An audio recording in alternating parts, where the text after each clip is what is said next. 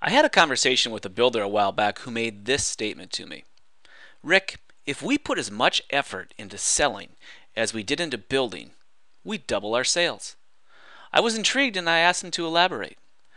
We break our building process into 5 phases, he explained. It's very detailed, intelligent. We automate when possible, and we constantly measure our effectiveness as it relates to margins. I want to do the same thing with my sales. Here's my idea.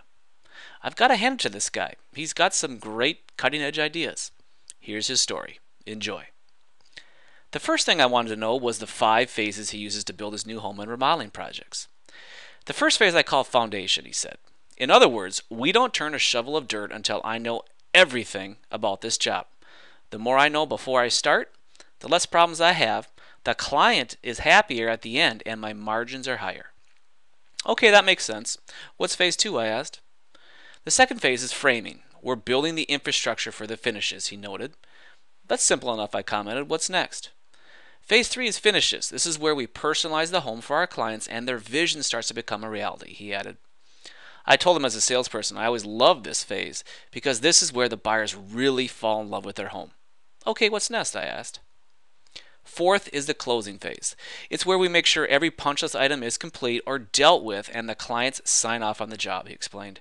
I want to make sure this job leaves production clean so we don't drag unresolved issues into our warranty process. I told them I agreed and felt this is the most stressful time for buyer, salesperson, and builder alike. So what's number 5? I asked. Number 5 is analysis. After every job, I review any variances from the schedule and estimate and figure out why they happened. Variances cost me money. My goal is to make sure they don't happen again, he said. That's smart, I told him. Well, now for the big question. What's your idea for translating this to your sales process? I inquired. Here's what he told me. First, we need to build a better foundation with our prospects. We're not connecting consistently when we first meet them, and I think it's costing us sales, he reflected. Second, we're not framing a consistent communication stream. I want to be our prospects' preferred source of information on new homes, yet I don't have the time or know-how to provide consistent follow-up and information, he said. Third, we're not finishing or personalizing our sales process. I know we need to make things more intimate for each unique prospect, but I don't know how to do it in an efficient manner, he explained. Fourth, I'm a builder, not a salesperson.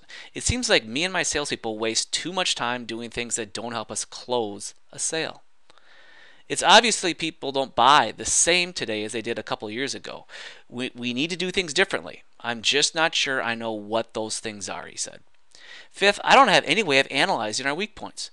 I can look at a P&L and variance report from a job and pinpoint our weak spots. How do I do the same thing with our marketing and sales, he asked. Here's where he really threw me for a loop. Rick, he said, I want you to study our building process. We're damn good at building and remodeling. There's got to be a way to translate that to our sales. I'd like you to build us a 5-phase sales process that basically mimics our building phases, he added. I know there's a way to do it, and I want you to figure it out. That was 1 year ago. After a tremendous amount of blood, sweat, and tears, we did just that. And we brought another builder along for the ride so we could test new ideas faster. On Thursday, December 22nd, we're revealing what we did, how we did it, along with the results. I'll have both builders on the webinar with me to share their insights and results. Click the link below to join us. Happy selling.